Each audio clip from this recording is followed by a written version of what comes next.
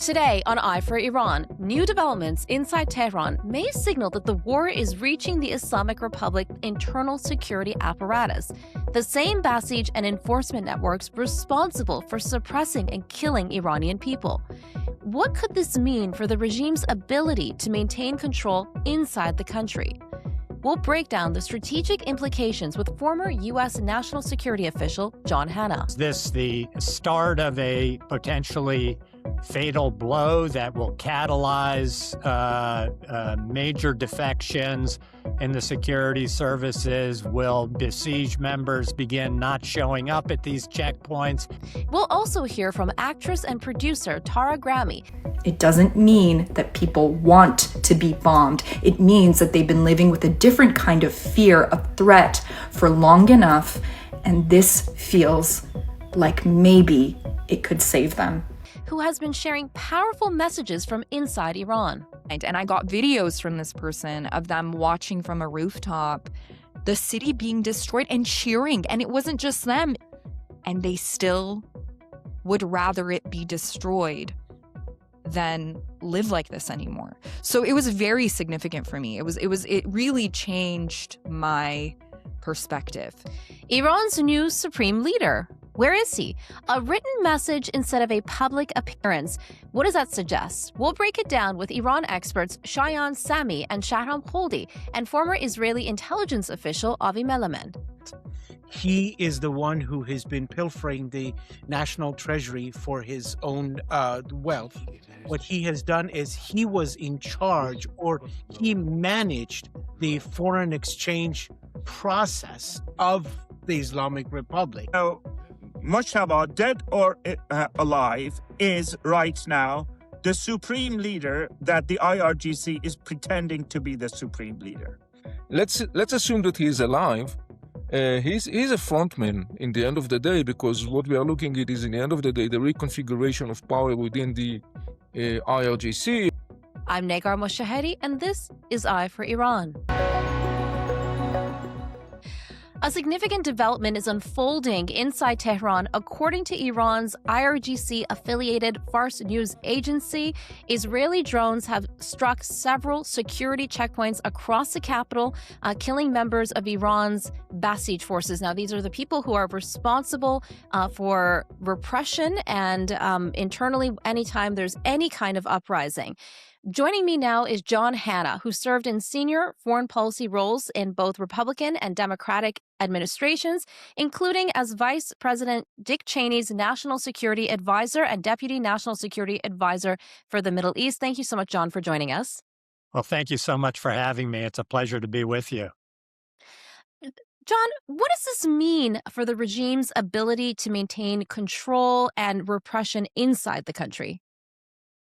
Well, nothing good. The question is this the start of a potentially fatal blow that will catalyze major defections in the security services? Will Basij members begin not showing up at these checkpoints, abandoning their posts, or will the regime manage to maintain its cohesion, figure out a way to combat this new development that I don't think anybody saw coming? It was a real surprise yesterday, and I think it has put the regime and the arms of repression on the defensive.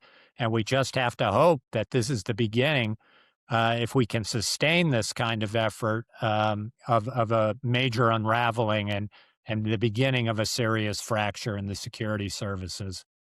Yeah, we're receiving exclusive information that apparently it's leading to a lot of infighting and fractures within their security apparatus now.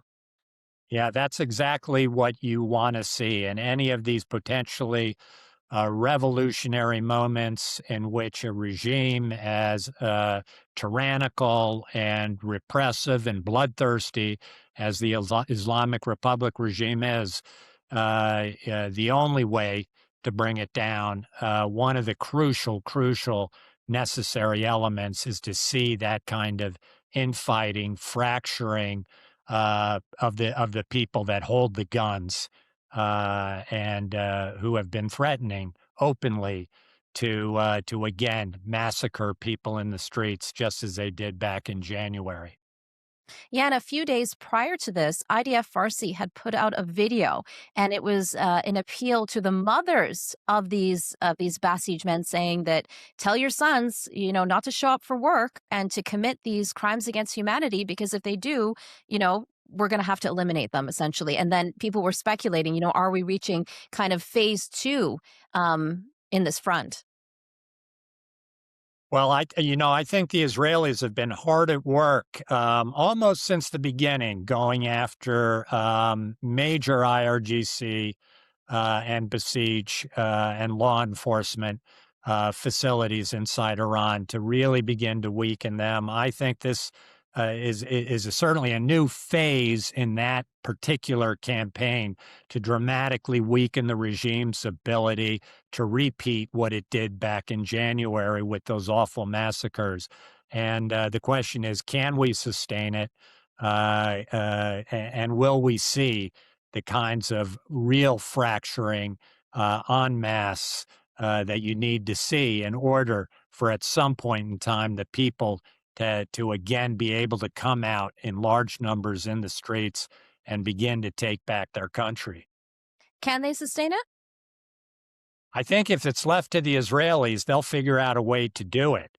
I think the only real threat at this point in time is the pressure here in the United States. If President Trump, if the combination of what's happening in the markets, particularly in oil, but across all economic sectors, if the Strait of Hormuz can't be reopened, and if we obviously have pressure on our munitions, particularly interceptors for our Gulf allies, if those are running out, being cannibalized from other really important theaters for the United States, either in Europe, but more importantly in the Indo-Pacific with China, President Trump will at some point in time in the next coming weeks come under real pressure to perhaps bring this to a premature conclusion, particularly in terms of this kind of sustained campaign to really weaken, degrade,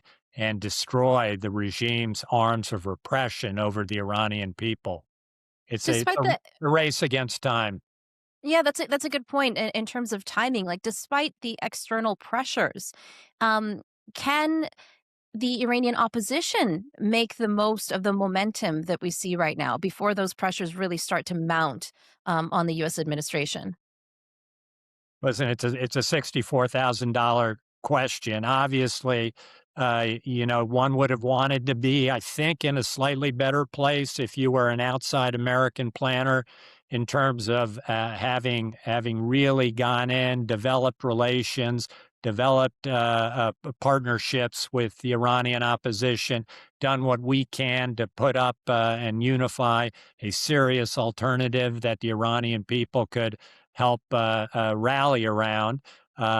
We don't see that yet, that kind of singular alternative that all Iranians could mass around and point to as their future.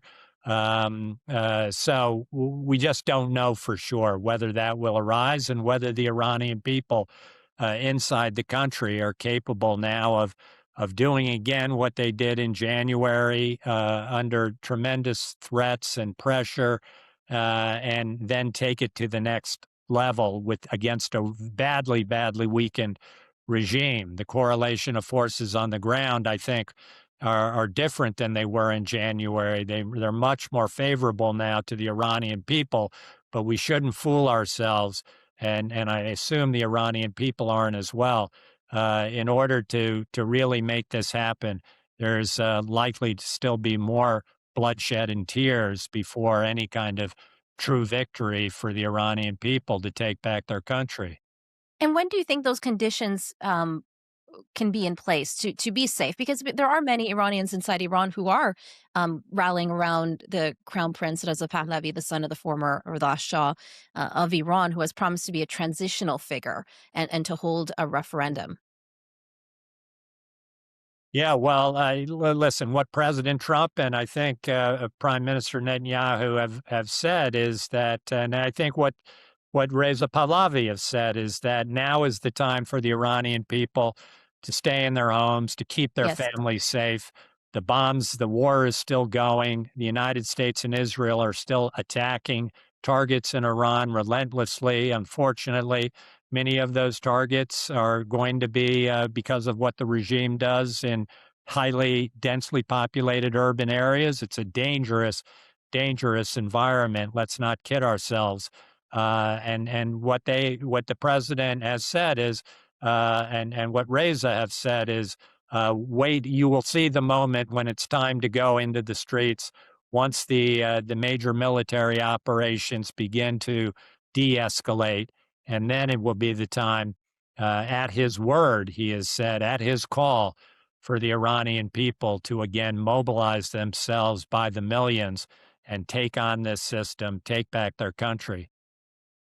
Last week, I spoke with Senator Ted Cruz, and he was very to the point when I asked him, what is the objective of this operation? And he said it's ultimately to remove the regime in Tehran. And it's not just about, the nuclear threat or ballistic missiles. So when an American official says regime change, what does that mean to you? Because I know a lot of Iranians are very concerned about like a Venezuela type of regime change. Yeah, and properly so. Frankly, Senator Cruz may know more than I do, but if I have to say, if I was an Iranian citizen thinking about where American policy is going, what the objectives are, what's in the president's mind, it does seem to oftentimes change from day to day. I would be very uncertain. The president's unpredictability is a real asset in lots of circumstances.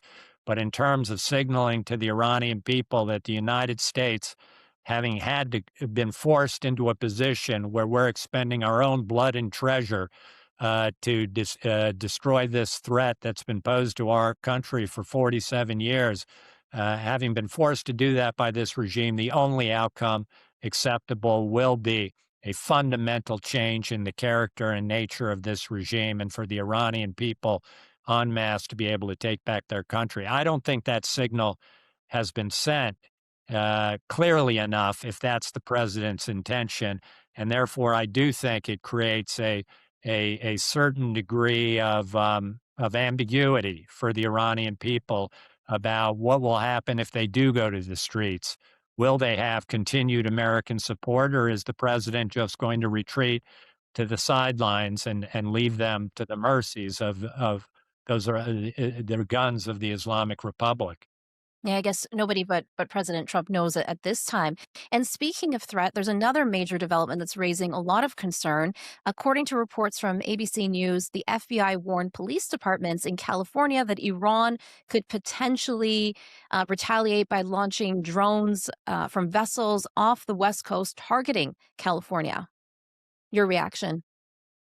Yeah, I think I don't have any special information that this is a viable threat, but if the FBI has issued it, one has to take it obviously very seriously. The broader point, of course, is that having gotten into this conflict, which this tyrannical, theocratic regime views it as existential to their survival, one had to fully expect that whatever lingering latent capabilities this regime has inside of the United States or just near its borders to launch mayhem and havoc and terrorism, at some point in time, they are likely to do that with whatever capabilities they have. They're demonstrating now in their region, in the Gulf, that they are prepared to cause maximum havoc, death, and destruction to the entire Middle East, to light it on fire. And if it comes to it, I'm sure if they have those assets and capabilities in the United States, with nothing left to lose, the Iranians will unleash those on the United States as well. So we've got to be very vigilant and prepared. It's the nature of this regime, of course. And as someone who worked in the field of national security, were you surprised at all? Or no, this was just, from the playbook of the Islamic Republic and something that was on your radar in the past? I have to tell you, I know a lot of people have been surprised by how quickly Iran attempted to escalate horizontally to many more countries with this conflict. I wasn't surprised. I think as soon as it was evident that the American war goals, unlike the 12-day war in June, had explicitly escalated to touching the question of this regime's survival after the events of the near-death experience for the regime back in January, where they were forced to massacre tens of thousands of their own people, and probably the worst popular massacre we've seen of people since the Holocaust during World War II. That faced with that kind of existential threat, the Iranians were literally going to burn down the region, and if they could, the world, if it's a question of their own survival. So I fully expected it, and a bit surprised, particularly with something like the Strait of Hormuz, that the administration hasn't been better prepared to handle that contingency on a much more rapid time frame, because now that question of how long you can keep the straits closed is hanging like a sword of Damocles over the actual ultimate success and victory of the president's military operation. Yeah, I guess because you've got, the military success, but then there's the political success side to it as well. Yeah, and those are two different things. No doubt. The political success, obviously, if what happens here drives us into a repression and into a depression or a recession, it'll be bad for the American economy, bad for the global economy, bad for the president's political prospects. He faces a midterm election in October. And yes, he's achieved, our military, together with the Israelis, has achieved extraordinary tactical military successes that have dramatically weakened Iran, and for at least some period of time reduced the kind of threat it poses in terms of projecting power against its neighborhood and region. But the question, if Iran, this regime is still there, still possessing enriched nuclear materials, with a new supreme leader who's worse than the last one, with some control over the world's energy supply, 20% of the global energy supply, having shut down the Gulf, being able to target all of its neighbors. If that regime is left in place with greater determination than ever to achieve a nuclear weapon and to kill its own people and to threaten its neighbors and to threaten the global economy, we may actually rue the day that we got into this conflict. Yeah, it could really go either way. I wanted to ask you a question about the end game, and I wanted to run an argument by you. I was listening to a Free Press podcast featuring Avi Melamed, and he points to the logic of Israel, so basically at war with Hezbollah, that before Israel could really confront Iran, they had to first eliminate Hezbollah as a result, so that Iran was the kind of the first front of the war, and Hezbollah was really only the second front. So it had to neutralize Hezbollah first before it could go towards Iran. Now, he argues that the same logic, in his view, now applies on like a global level, that Iran has effectively become a strategic outpost for China, meaning that this war may not really be about Iran on its own alone, and it could be also about weakening China's position. And then he actually called it that in some ways Iran is America's Hezbollah, meaning that this is the second front and that the real first front is China. What do you make of that argument?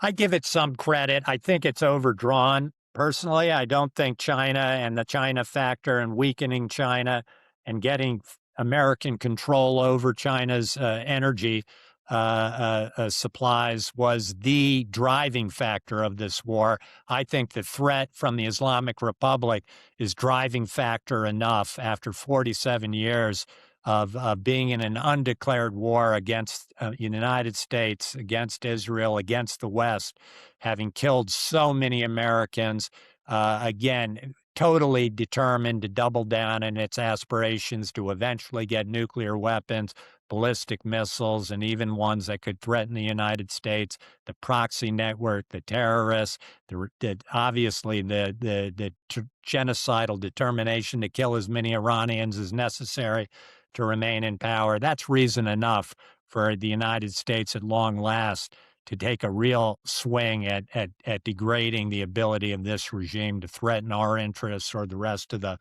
world. The fact that China if this operation is successful, if the Iranian piece is taken off this chessboard, it's bad news for both China and for Russia, particularly after what the president did with regard to Maduro in Venezuela, taking control of Venezuela's oil resources, the loss to China and Russia of the Assad regime in Syria back at the end of 24. They've been on a bad run in terms of their ability to help supposed friends and allies of the axis of aggressors that they lead.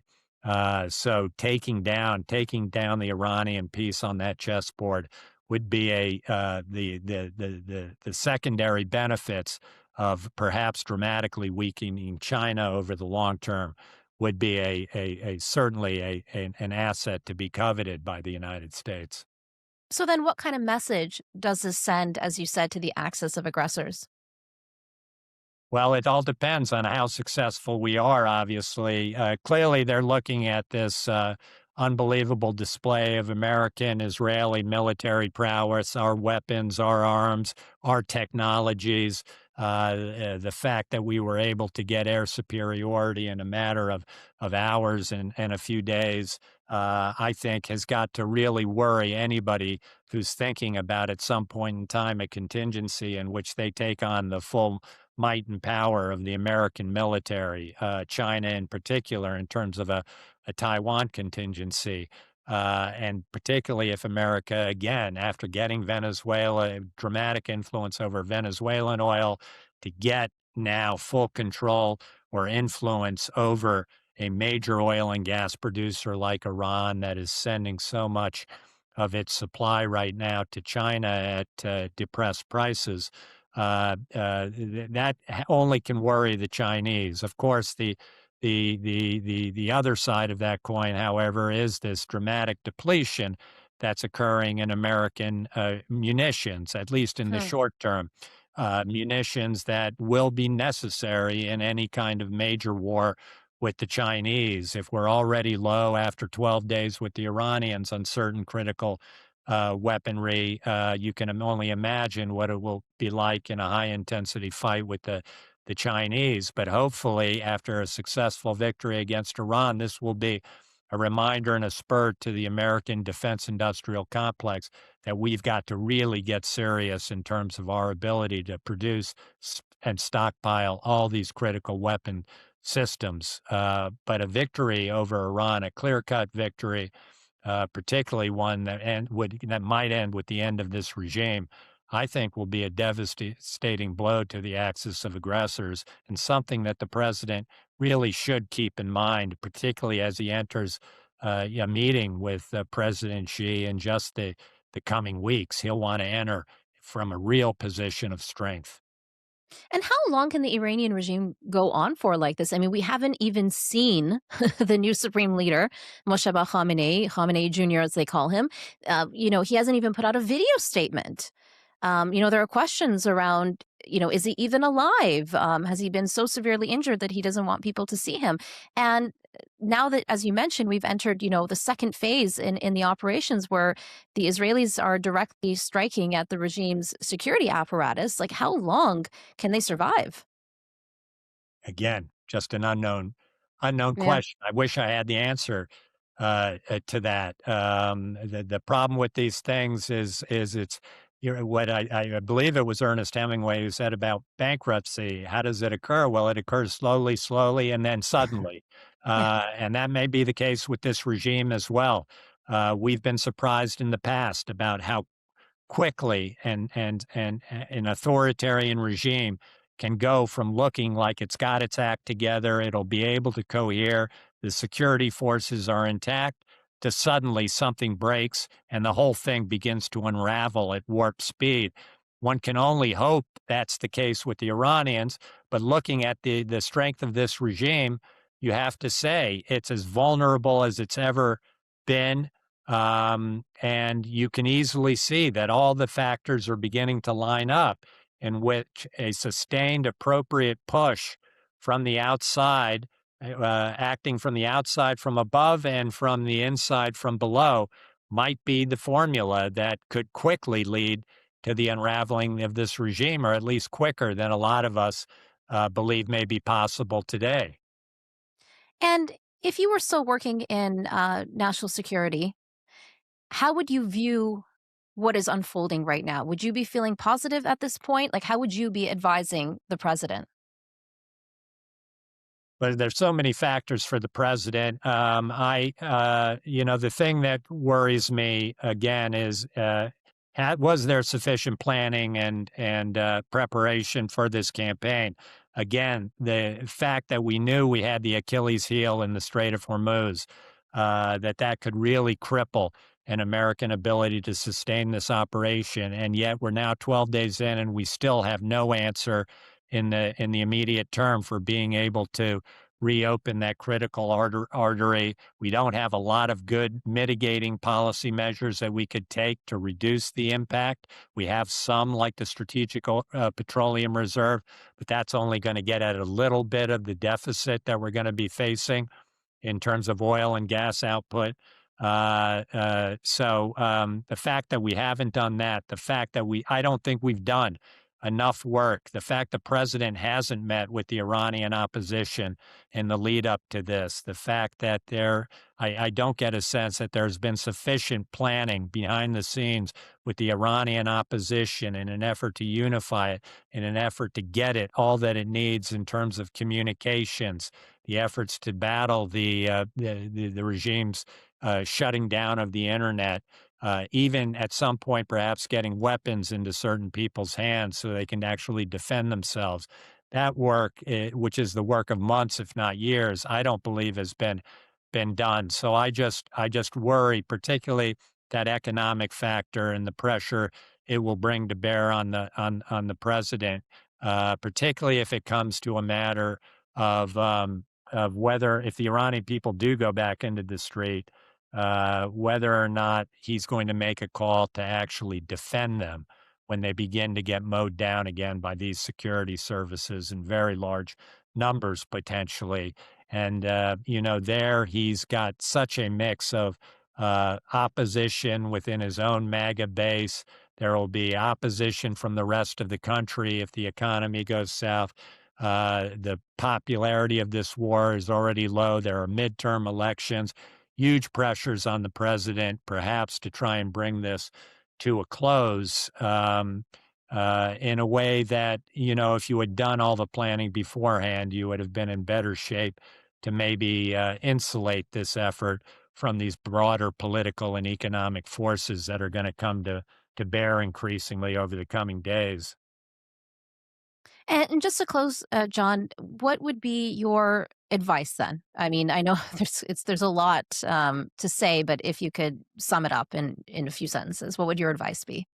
Well, I mean, I think my advice to the president is that he obviously has to clarify his objectives and what he wants to achieve. If he's going to be satisfied with declaring a quick military victory and not an open-ended campaign to try and achieve regime change, he's got to make that clear, make a decision to do it. What I would say, though, if he decides to go that route, and I do think things are heading in that direction, that while he wants the Iranian people to come to the streets, I don't believe at the end of the day you're going to see American airplanes continuing to fly over Iranian cities protecting Iranian protesters. I think that's just the kind of open-ended campaign he promised he would not undertake. I think he'll want to declare at some point in the coming week or two a military success, degrading the Iranian capability to threaten American interests beyond its borders, threaten our friends. But then the key piece of advice I would tell him is to do what I've been arguing for almost 25 years now, unsuccessfully in successive American administrations, is then you've got to put together a full-blown plan to take down this Iranian regime and to do it with means that we have to empower the Iranian people, to help unify the Iranian opposition, to continue to weaken this regime, maximum pressure, but then do everything you can for when the next time the Iranian people really do take to the streets and threaten this regime, the chances for success may be much higher than they are when they seem to be at the moment. Thank you so much, John, for joining us today and for your expertise and your insight. I very much appreciate it. Okay, thank you. Pleasure to be with you. Well, where is Iran's new supreme leader? Joining me now to discuss further is Shayan Samii, Avi Melamed, and Shahram Kholdi. Thank you so much to all of you for being here. Thanks for having us. Thank you for having us. Of course, of course. So, Shahram, let's start with you. What did you make of the new supreme leader's swearing in ceremony, if you will? I don't even know what to call it, where he wasn't present. There was a chair and a image of him, a picture of him that was framed. I know after there were some memes that were going around with a AI-generated cardboard image, but nevertheless, what actually did happen was somebody was reading a message on their WhatsApp that was allegedly from him. What did you think of that? Well, I think we are going back actually 1400 years, because in the Shia tradition, this happened when the 11th Imam was said to have been martyred by the Abbasid Caliph, and his 4 or 5-year-old son all of a sudden disappeared into what is known in the Shia tradition as the minor occult. So I suppose we can fairly say that this Schrödinger cat of Mojtaba Khamenei in the modern parlance of quantum physics must have actually gone into the occult with his eminent 12th Imam, who has now been in a major occult for, I think, roughly 1300 years and a few scores. So, to cut it to the chase, I suppose he is somewhere. I mean, like, maybe we should send the Ghostbusters to catch him. Why haven't we seen him? I mean, at least if I were in his position, I would say, okay, I don't want to be taken out by an Israeli drone for my security. I'm not coming out, but I'm going to do this video message. Why hasn't he even done a video message? Well, there are several theories, and I'm sure my eminent colleagues will address them as well. But one theory is that he's actually dead, and Alam al-Huda, the Friday Imam of Khorasan in Mashhad, is the actual leader. The other theory is that he is dead, and it is the Larijani clan who are really in charge, along with Alam al-Huda as well. And then the fourth one is that he is in some sort of a vegetative state, and others are running things on his behalf. And of course, the final one is that he is alive, he is half conscious, and he's being kept because they don't want him to be the target of another strike. But in all of these theories, if he is dead, someone else is in charge, they are keeping him alive. And my question, which I'm sure our Israeli colleague here will address it, is why is it that the Israelis have not eliminated, either by strikes or by means of special forces, all these other people who technically should not be alive, like the Radan, the chief of the police, or the Larijani clan, or the remaining members of the Assembly of Experts, and some of these Friday imams in provinces that can be of any consequence. So, Avi, you are a former Israeli intelligence official. Why is that? It's a good question. Well, look, of course, I guess the intelligence is trying to understand exactly the whereabouts and the fate of Mojtaba Khamenei.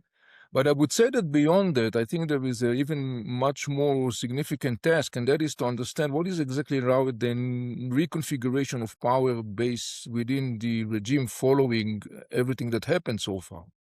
I think that we should assume as a basic assumption that in the end of the day, it's not about Mojtaba Khamenei, it's about the whole way that the regime needs in the end of the day to reconstruct itself and to continue and to manage control under a growing pressure. By the way, I think that it wouldn't be it wouldn't be so, I would say, unrealistic to assume that if the Israeli intelligence would like to reach Mr. Khamenei, they would be able to do that. Maybe there is something that is not necessarily indicating a lack of knowledge of the whereabouts or the situation of Mr. Khamenei, but maybe something that is subject to some other calculations and priorities of the Israeli intelligence.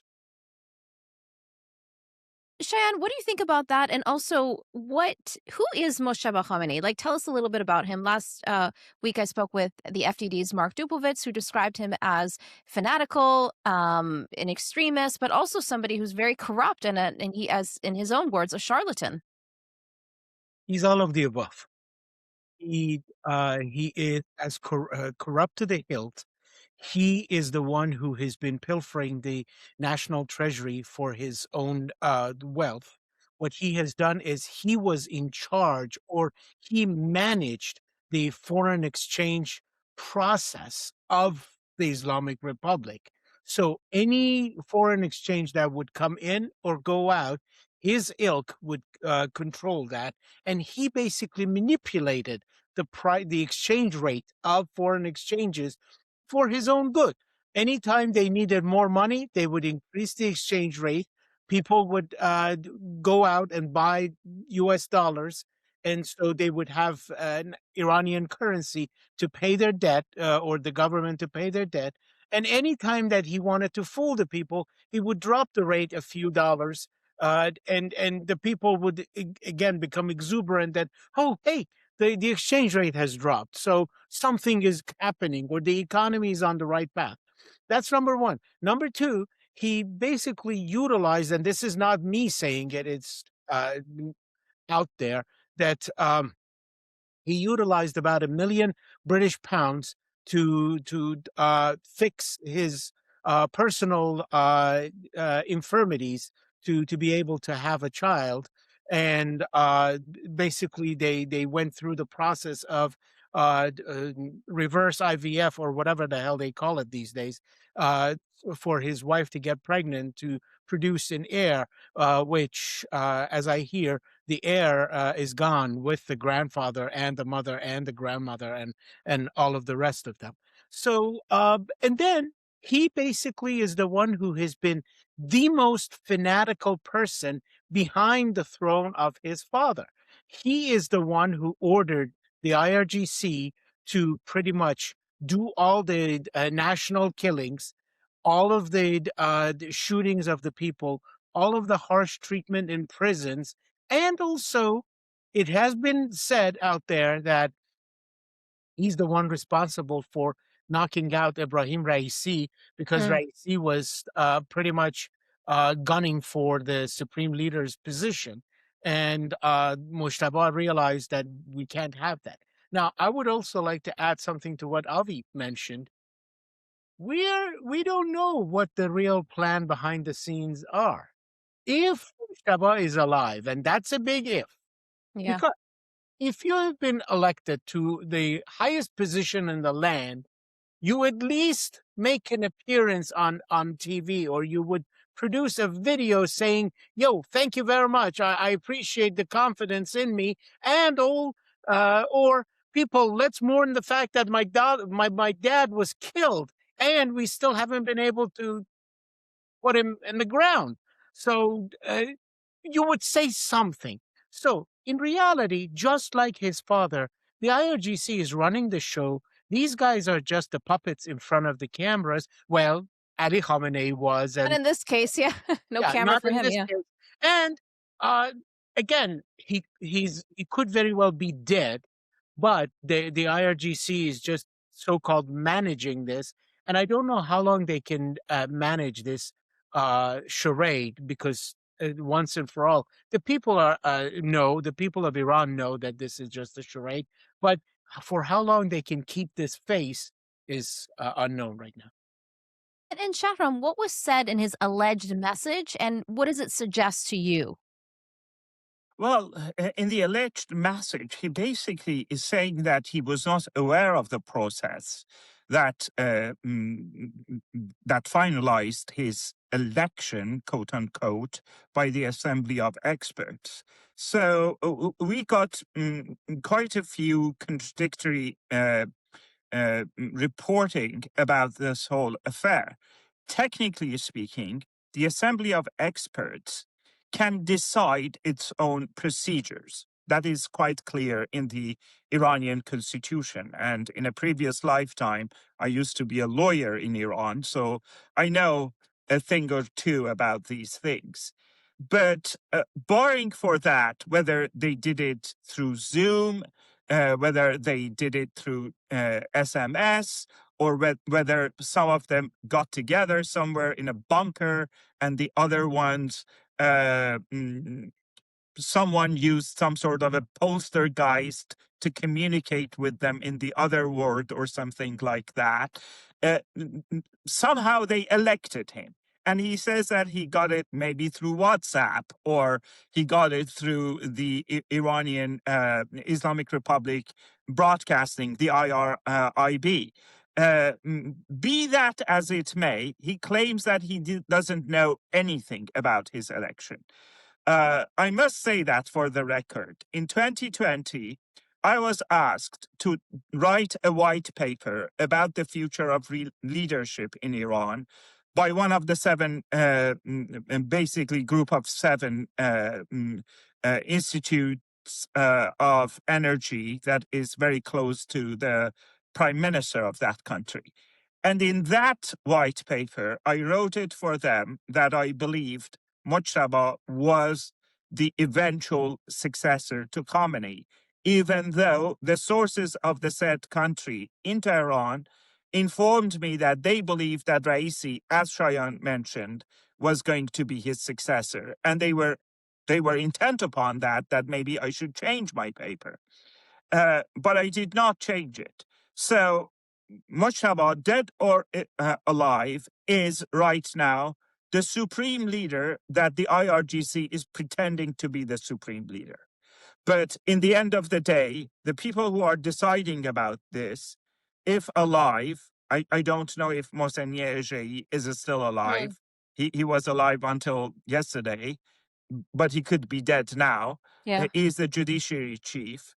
The Larijanis are definitely making decisions, and whoever in the IRGC is making decision. The other thing that I want to know is that who is really the command and control of the IRGC? You see, the Islamic Republic forever has been ruling Iran like an economic and political archipelago. The supreme leader and the Beit, his office, were in charge eventually. But there has always been this centralized fashion by means of which they've been controlling the economy, the politics, through the imam and the Friday imams, who are representatives of the supreme leader across the country.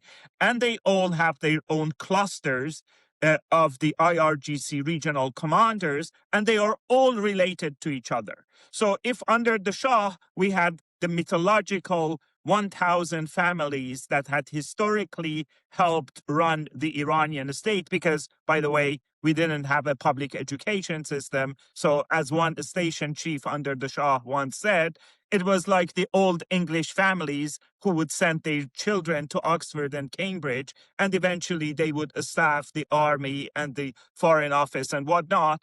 We had 1,000 family who were not really filthy rich, who were actually not rich at all, most of them, who were the servants of the state. We have a 10,000 family who are ruling the country, who are filling all the major offices, security, IRGC, theocratic, theological offices, and do hold a lot of wealth inside and outside the country.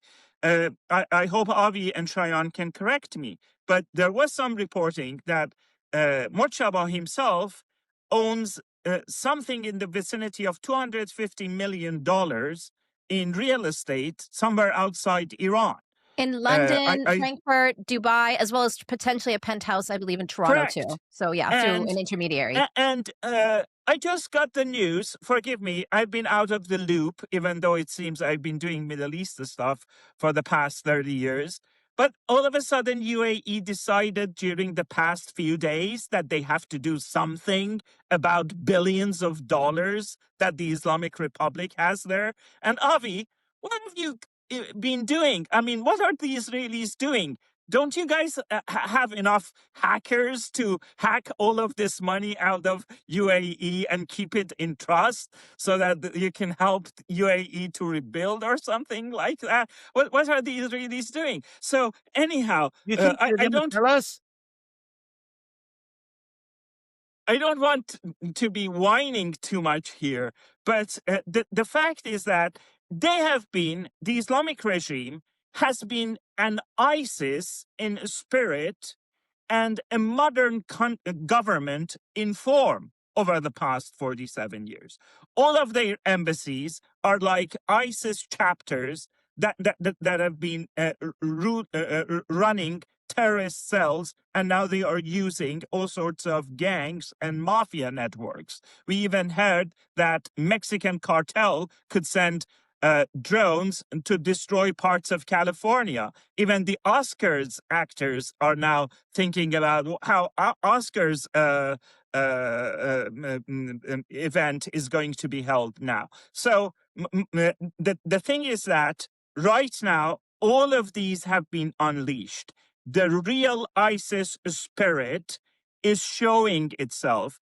And the only way to deal with it, in my opinion, as someone who has very elementary infantry officer training in the Iranian regular army, that you have to send the special forces because there is so much the drones can do. And we have something in military studies called the law of diminishing returns. When you turn all of these places into a rubble, whatever that would be left for you to bomb is the rubble itself, not what is necessarily beneath the rubble. And there are so many B-1s and B-2s and B-52s that can drop glide bombs. Avi, don't you think it is time to see some combination of Green Berets, Delta Force, some other people, or the Iranian commandos that the Israelis trained, if that news by ProPublica is true, to be sent in to finish off the job? What do you think, Avi, of what Shahram is saying? And also, what are Israel's, and help us understand kind of Israel's next step, like from their perspective? You know, Khamenei was taken out. Now you've got Junior. Do you then take him out and then kind of continue this continual process of decapitating the so-called leadership of the Islamic Republic? How does it work when their endgame is to get rid of this regime?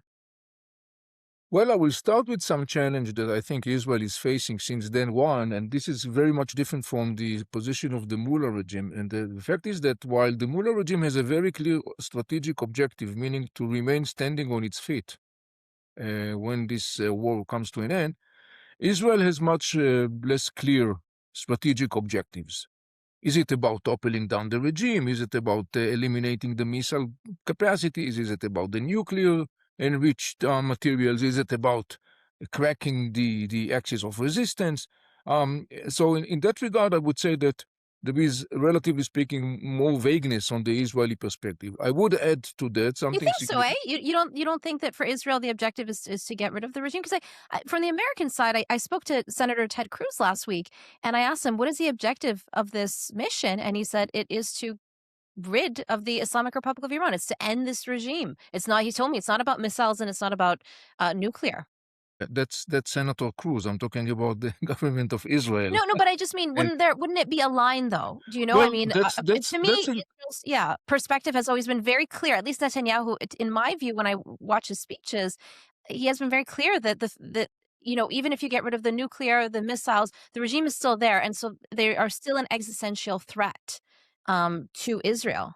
Oh, that's correct. But we have to remember also that though there are similarities in the interests of the United States, Israel, and the Arab Gulf monarchies in a way, they are not identical. and particularly not in the context of the priorities.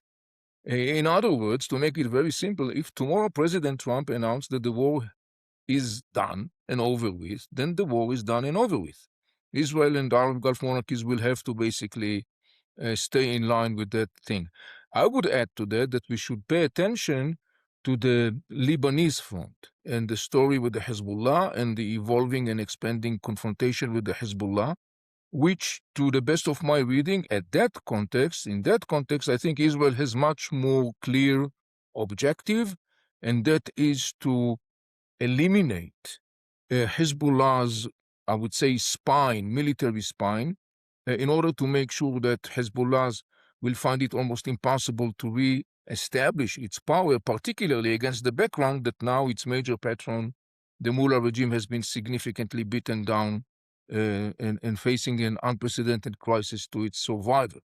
As for what Dr. Shahram mentioned regarding a ground operation, I'm a very little military expert, but I have no doubt that if you decide to do something like that, it has to be something that worth the many risks that involve in something like that. We all should remember that one of the biggest trauma of the United States is the failed invasion in 1979, when the United States was trying a military act to release the hostages. We all remember how it poorly ended for the United States. So, though I would not totally exclude such a scenario, I would definitely say that it is something that has to be enormously considered and contemplated in the context of the benefits versus the risks that something like that involves. Well, what is the next step then for Israel? Or can you not determine it because you said that maybe their objective is not as clear as you would like to think?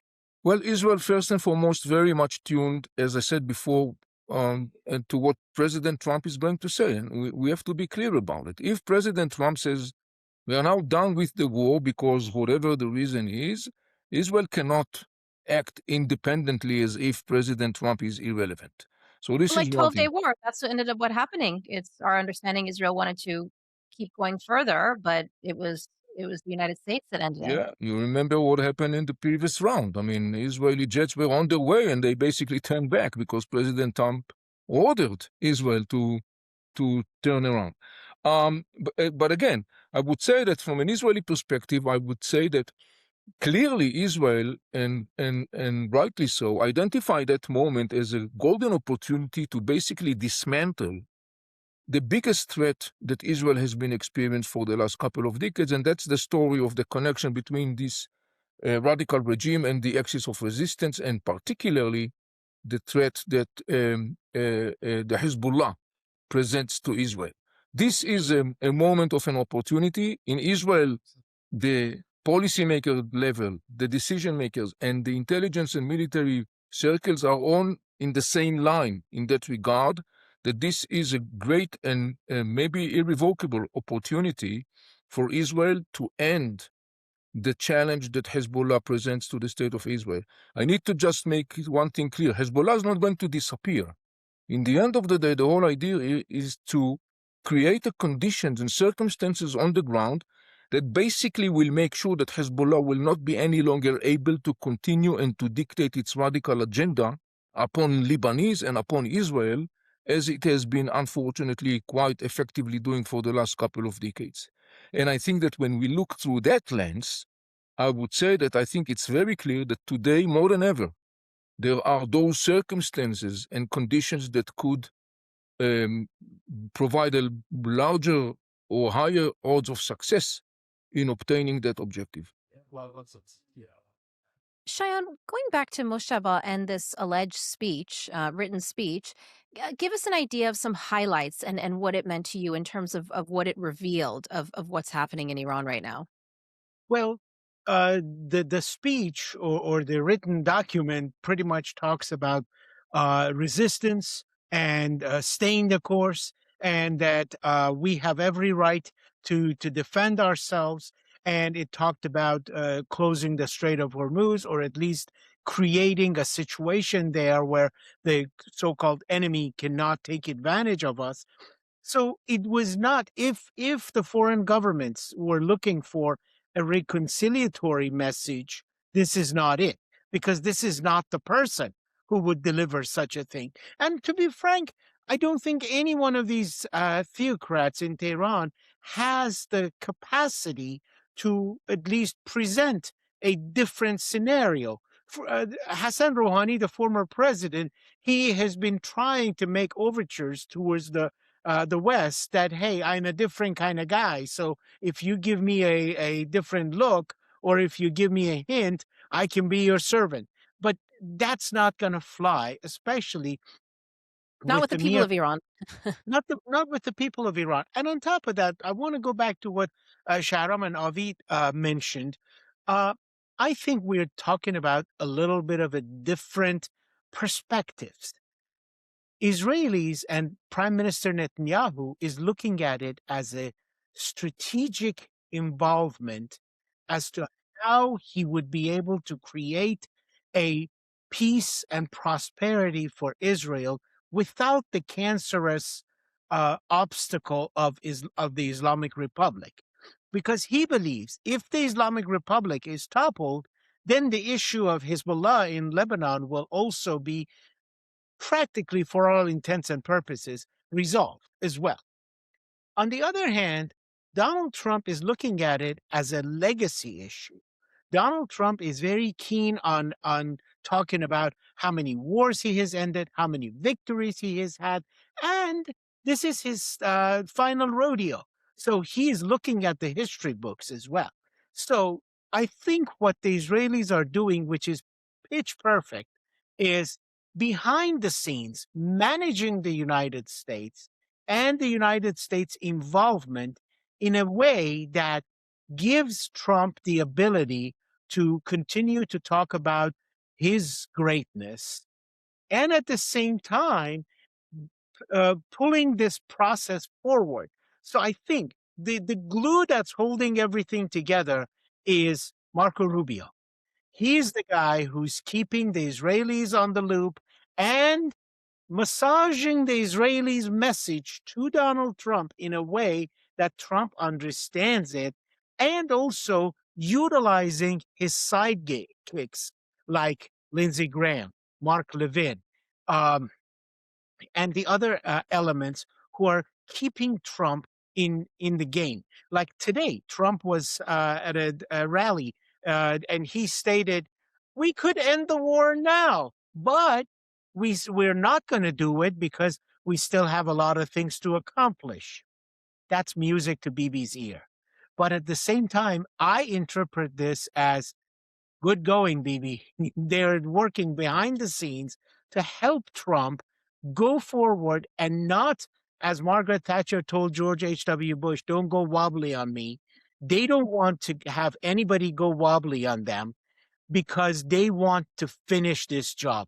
And not only the Israelis want to finish this job, this is now the Iranian people who have given upwards of 50,000 of their lives to say that once and for all, we want to get rid of this regime. And they will succeed. They will succeed as long as we all can see that these different strokes are managed, are massaged in the right way. It's a very interesting take. And Shahram, how long can this go on for with Mojtaba not showing his face at all? Well, I suppose it really depends on, as Shayan mentioned, and as Avi mentioned, as to whether this this fog of strategic ambiguity that has been thickening over the past week starts to unravel by a better sense of, I would say, direction, both by the Israelis and the Americans. I wonder if Bibi has to go and see President Trump wherever, Washington, D.C. or Mar-a-Lago, and tell him that this is a precursory moment in history, because they can keep, I mean, I do not even believe that the Wizard of Oz has managed to do in that story that the IRGC has managed to do. Someone who might be Can I dead. interrupt you there? Can I interrupt you there before you go on? So does this mean, is the IRGC leading him, or is he leading the IRGC? No, Who's the leading who? IRGC is leading him, and I think we have a consensus here that IRGC. This is a textbook case of wag the dog. IRGC used to be the tail that they used to basically shake it, but now the tail is controlling the dog itself. They decided, especially in the post-presidential election protests of 2009, that in order to have Ahmadinejad in power, they have to make sure that all of the economic and security and intelligence power of the IRGC is coordinated through the office of the Supreme Leader. Mojtaba was the point man to do that. But in doing so, they became hostage to IRGC. And when Soleimani was alive, Soleimani was the one who was really handling this show, was conducting this show. What happened is that when Soleimani was killed, all of a sudden a gap, a vacuum was created inside IRGC. But it was created inside the Islamic Republic as well. If Trump at the time had a plan to go ahead and attack the Islamic Republic at that historic moment, I bet that, of course, this is a counterfactualism because we are way past that point, but the Islamic Republic would be done by now. But Trump did not do it at the time.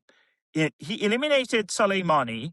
We lingered into COVID.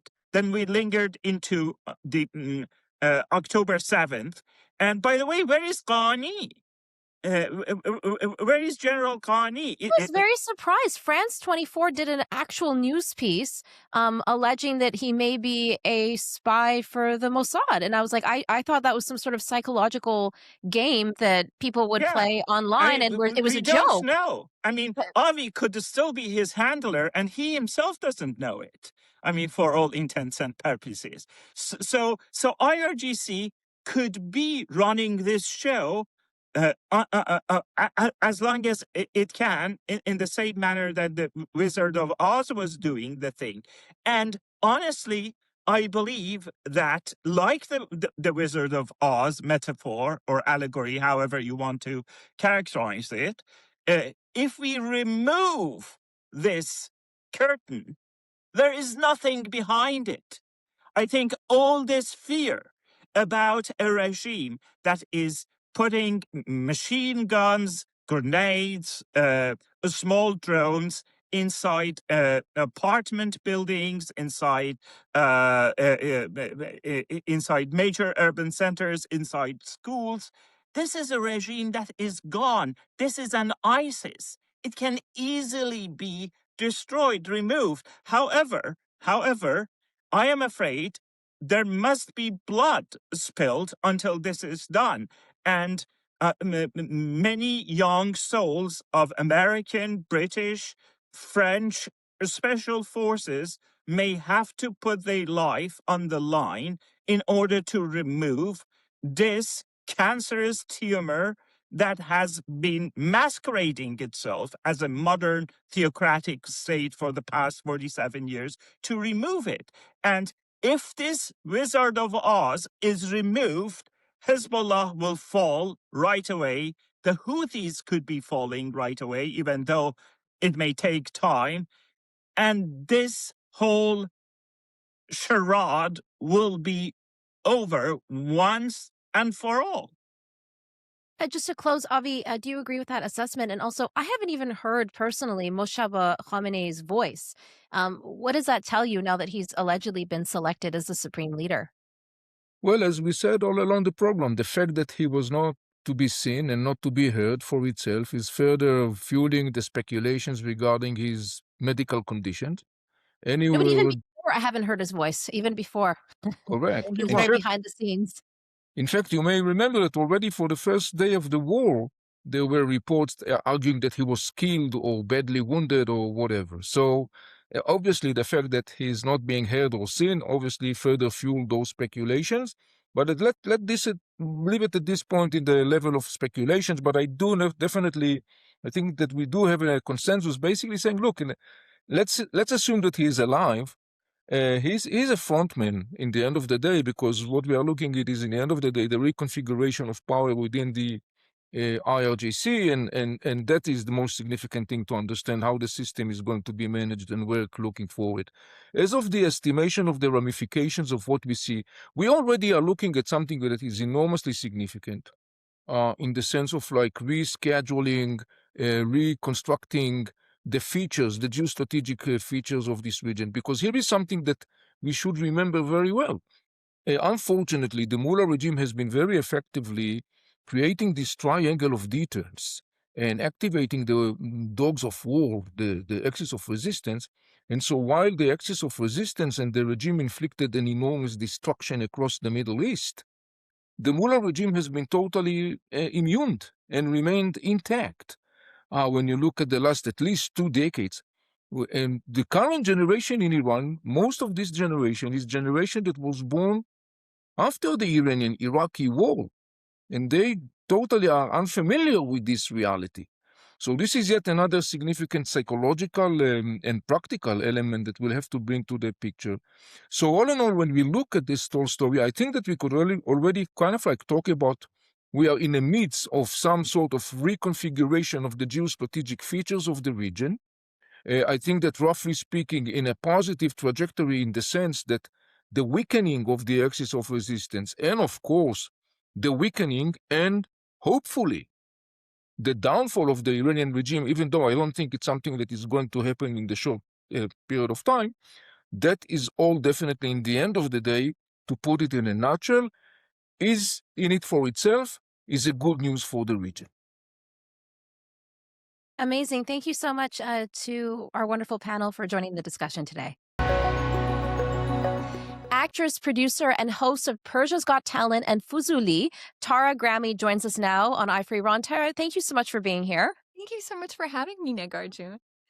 Tara June, I've been following a lot of your posts on Instagram, and you've really become a voice of compassion, clarity, reason, and understanding in these really tough times. So you have. And one of your recent posts on Instagram, it really resonated with people. I even wrote an article about it after. In it, you shared a message from a close contact inside Iran, you know, the voices that count, the voices that matter.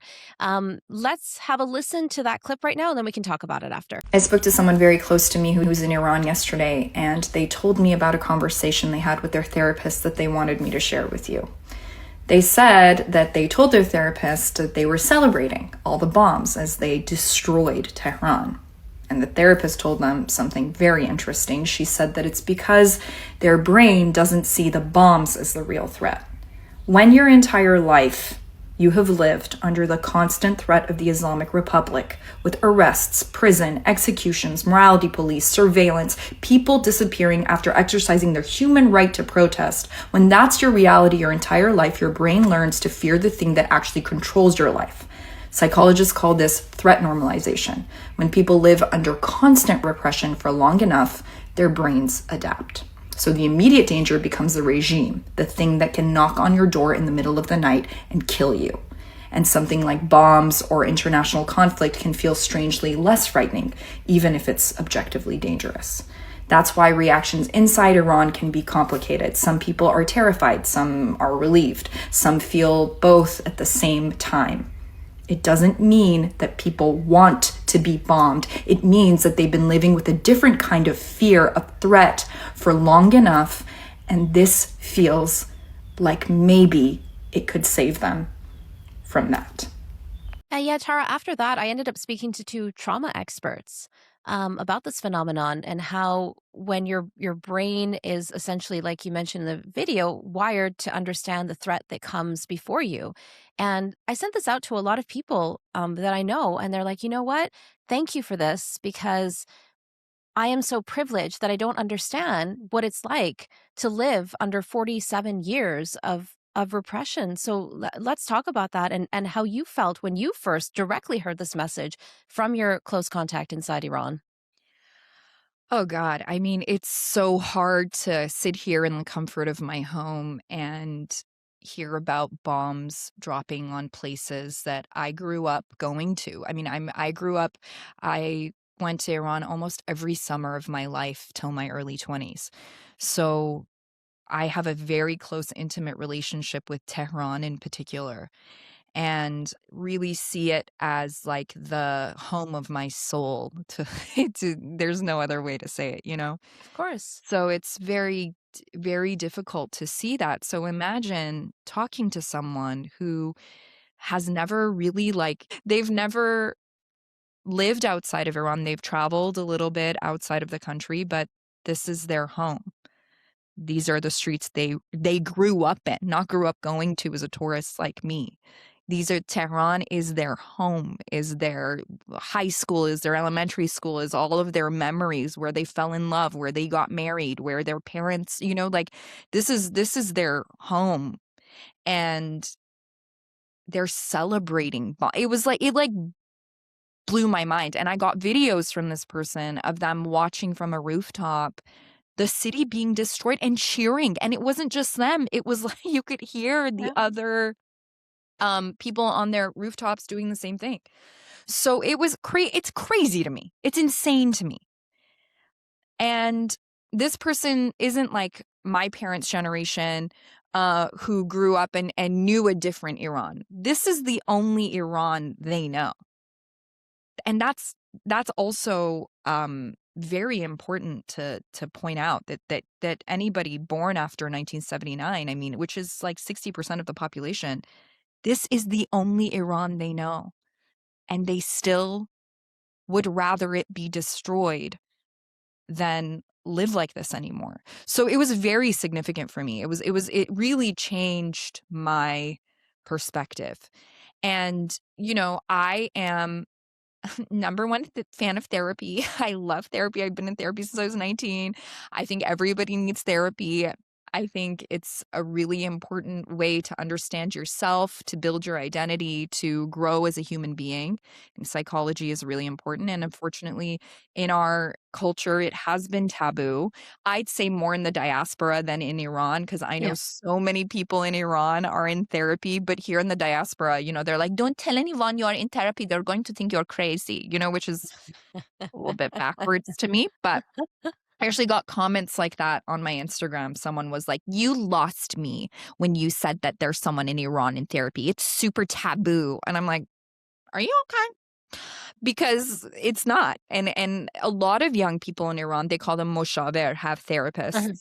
And it's a great business now in Iran, and it's very accessible. So, this person was like, hey, I couldn't believe myself that I'm celebrating. So I was talking to my therapist, and this is what she said. And it really, really made it's cool when new channels of empathy open in your heart.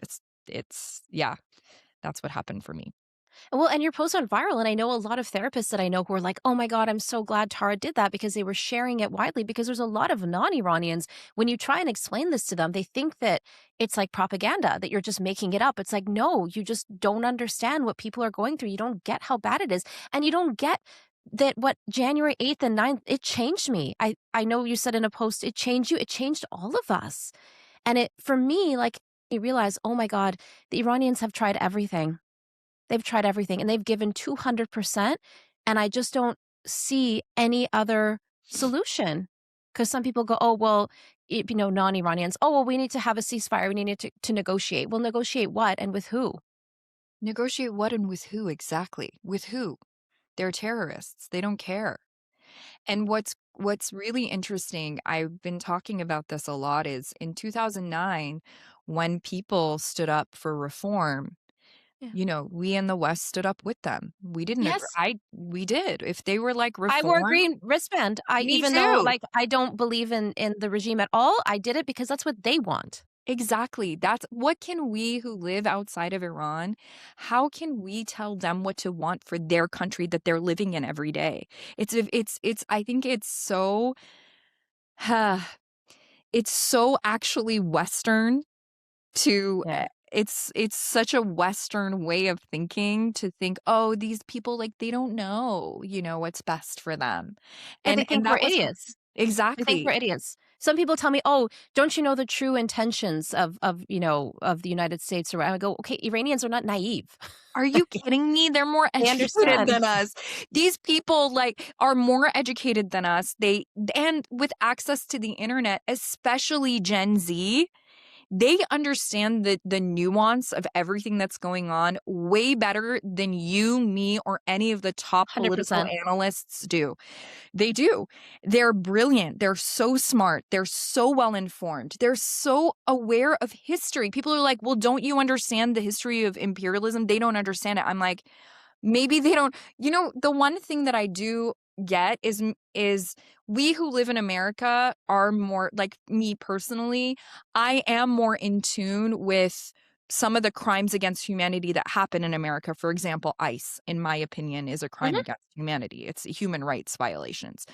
They don't maybe understand the nuances of some of the more, local problems, political things that are happening in Mhm. our country. But they do understand geopolitically through history where Iran has been and how Iran got here and all of those things. So I think that it's really arrogant of us to doubt them, to doubt anybody in Iran. That's their country.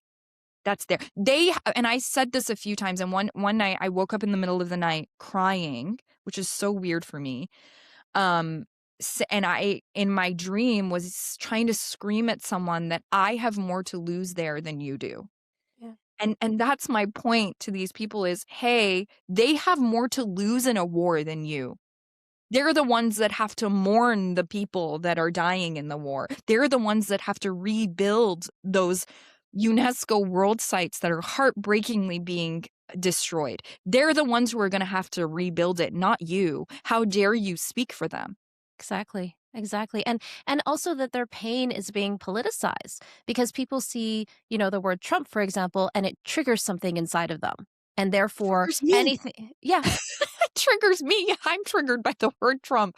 But But in the sense that, like, it therefore any foreign policy with regards to Iran therefore has to be bad, and then the other side is good, and everything is so simplified. And it's like, yeah, it's don't politicize the pain of the people of Iran for your own political goals and your own political grievances, right, against 100%. neo-imperialism and this, that, and the other. Of course. Of course. Also, can it be true that for any foreign power is selfish and evil and doesn't care about the people Well, of the foreign powers country? are driven by their own interests. Exactly. That's all countries. And the weakening of the regime by these foreign powers could be good for the people. Yeah. Could those two things be good? And could it be that if there's a 1%, and this was another thing that someone said to me that like really changed me. They looked at me over FaceTime, and this is before the internet got cut off. This is when the first bombs dropped, and I called Mhm. immediately. And over FaceTime, tears in their eyes, and they looked at me and they said, if there is a 1% chance, only a 1% chance that this could be what leads to freedom for us, we'll take it. 1% chance. And I was like, are you sure? They will use any means necessary to get to their goal of freedom. And like I noticed that, and I'm sure you probably had the same thing happen to you. Is I've been having a lot of non-Iranians come up to me now and say, "Oh, I'm so sorry for what's happening in your country." But these are the same people who never said anything to me on January 8th and 9th, and I had to educate them. Yeah, that's tough.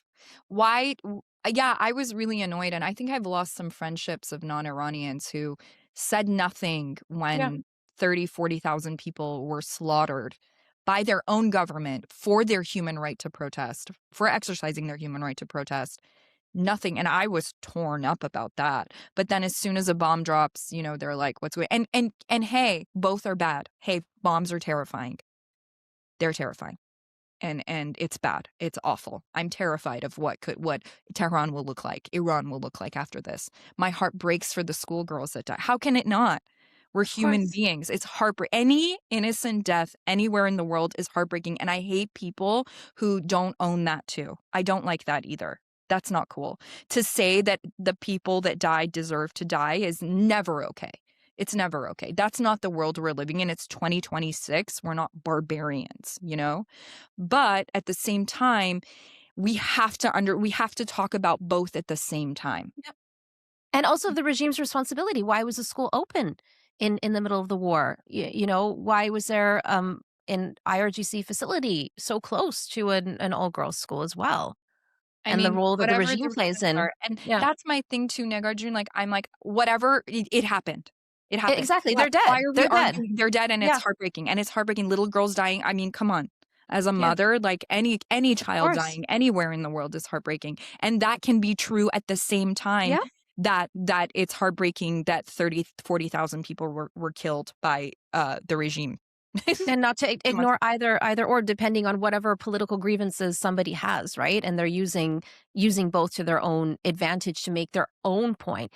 Which leads me to the next thing is the thing that I love about your post is you're really sharing the voices from inside Iran. So tell us a little bit about more of what you're hearing. I know it's been hard, but you do still have some limited contact. So tell me what you're hearing from inside Iran. So I'm trying really hard to hear all voices, and there are people that are truly terrified, and when I see posts like that, I immediately share them. I think it's important that we know that there are 92 million people in Iran, and everybody doesn't feel the same. Of course, there's people that are like, we don't want to be bombed, please stop bombing us. How can that not exist?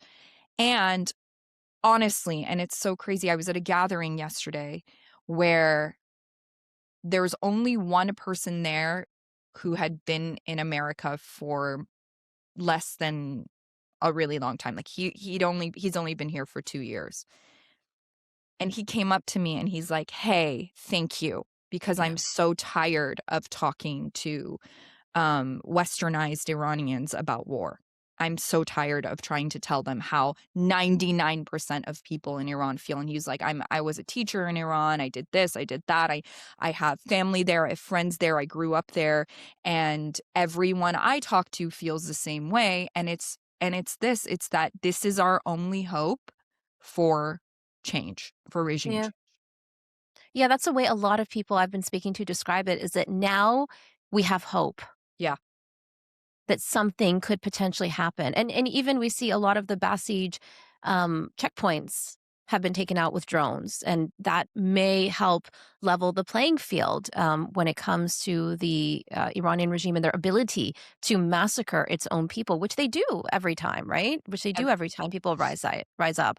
And tell me a little bit about the trigger for you for January 8th and 9th. Like what shifted inside of you and what changed? Describe that feeling. Seeing the mass peaceful protesters at night holding up peace signs and, peacefully chanting. I mean, some of the chants aren't so peaceful, but, chanting for their freedom and being met with machine guns and war grade ammunition. I mean, this is I must be one of the greatest human rights tragedies in history. Yes. 30 to 40. And I spoke to my family at the time that was there. And oh my God, I did not talk to one person who didn't know someone that died. Yeah. So I actually don't believe that the numbers that were being given are true. And I keep being challenged. Every time I speak to non-Iranians, they challenge me on the numbers. The numbers are way higher than way high. Way higher. I during Woman Life Freedom wrote some raps, which I'm really embarrassed about now because they're terrible. I have to look it up. But they, it was my way of speaking to Western audiences. And in one of them, I said, "Would you be surprised if they killed 100,000 people?" You did? Yeah. Back then? Yeah. Wow. Would it surprise you? They'd kill everyone. Does it surprise? Because this is a regime that is built on survival. They don't need the people. They just survive. They don't need people. So people are disposable to them. They don't care. They'll kill everybody. They rule through violence. Exactly. Maybe they won't kill people who, you know, a lot of outsiders support. You know what I mean? Like Yes, they people don't who are famous, and exactly. then they're going to be held accountable for those deaths. Exactly. Yeah. So they're careful with that, and to me it's very obvious that they don't actually need people. They only keep people that they need alive for their PR. Yeah. Exactly. And what kind of responsibility do we have in the diaspora? I think our greatest responsibility, I think if you left Iran because your family wanted, or you yourself wanted something better for your future, what are the things that you wanted? What are the freedoms that you wanted that you've been given in the places that you live outside of Iran? Well, one of them is your right to protest. One of them is your right to speak freely. And I think it's so important for us to be the voices of the people inside of Iran because we have the freedoms that they don't. And during Woman Life Freedom, I made a post, and this was like a huge turning point for me from realizing that I'm an actor. I've only ever been an actor my entire life. I've never done anything else. So for me to suddenly be like, hey, here, I have a platform and I present it to anybody who's scared to post something about Iran. If you're scared to post, send it to me. I'll post it That's for great. you. And I've kept that going. If someone's scared to say something, if someone's scared to post something in Iran, outside of Iran, whatever, I'm always like, send it to me. I'll post it on your behalf. No problem. Because to me, I'm like, I'm not scared because I have rights. I have freedom. Yeah. But they don't. So why can't we be their voices? Because the world needs to know. They can't, the regime should not be allowed to kill people like this in silence with an internet blackout now of how many days has it been? While they're getting bombed, while they're being targeted on the streets and they don't have access to the outside world, we should, as a global human community, be outraged. They're being bombed and targeted by their own government. Come on. And they don't have access to let anybody know. They don't even have sirens when a bomb is dropping. There's no sirens that go off. How are we not talking about that? We're just talking about the bombs. What about their protection from bombs that every human being in the world should have? Thank you. Sorry.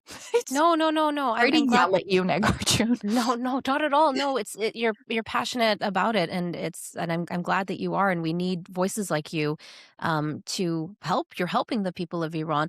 So tell us, what is the number one, I guess, message? And again, it's not a monolith. I know there's different and diverse voices, and you've been hearing from all different sides. But what is kind of like the one unifying message that you've been getting from the people of Iran that you want to get out there? We want regime change. Yeah. We want regime change. If it means killing every member of the regime, yeah, so be it. But we want regime change. That is a number one thing. That is something across the board. People that are pro-war, against war, pro-bombs, against bombs, everybody has the one thing all Iranians can agree on is regime change. I don't think anybody wants reform. Unless they're pro-regime. Yeah, exactly. I mean, like you said, after the massacre, we all changed in so many ways and realized that, to know that they use military-grade weapons against their own people, and to know that tens of millions of people came out and they all just got killed. These are people without guns, without any defense. To kill with a machine gun an infant in the arms of their mother. Why? And then to finish them off in hospitals. Yeah, how many bodies? You can't even go to hospital now. With catheters attached, with heart monitors still attached. They didn't even let people recover from their injuries. They killed them. This is shoot to kill orders.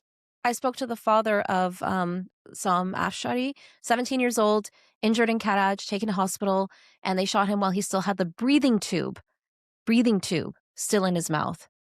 And this is not an isolated case. There are so many Sams out there.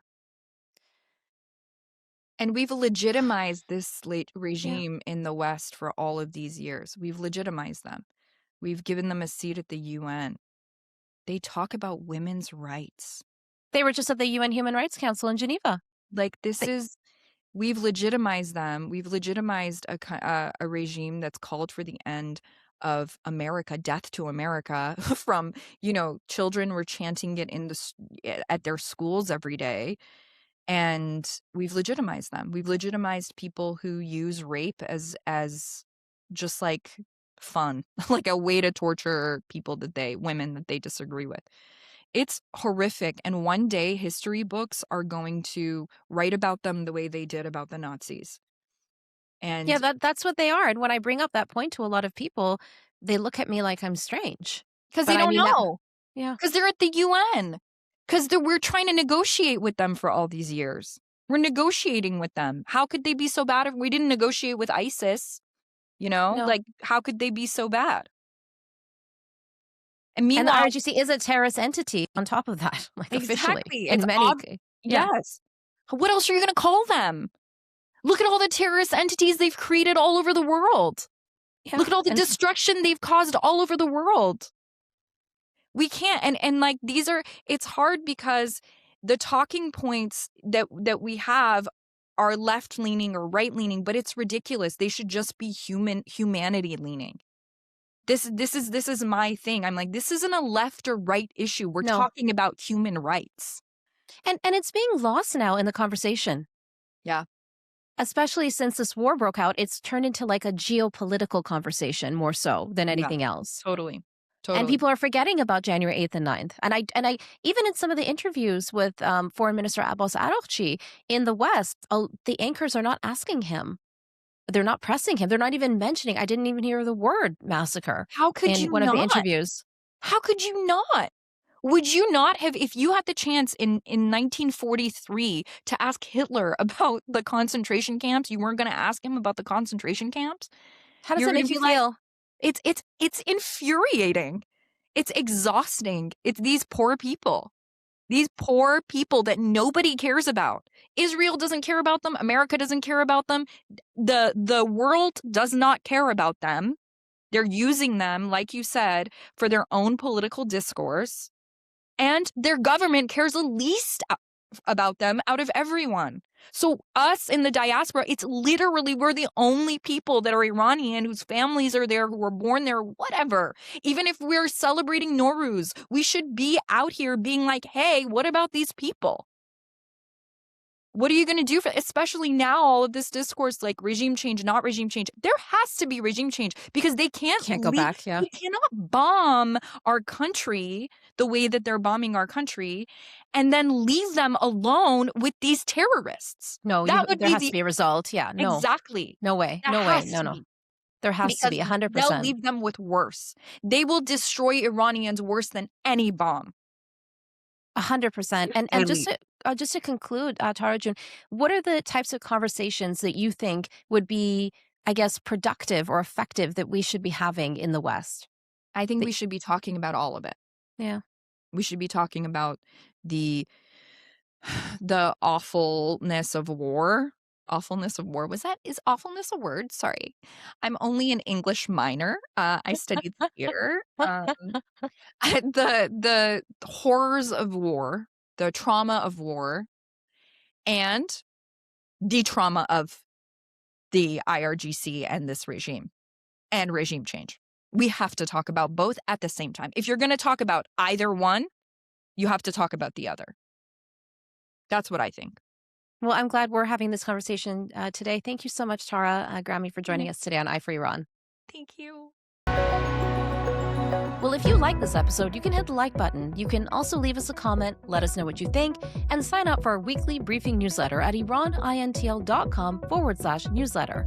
And you can also check out our dedicated English website at iranintl.com/en.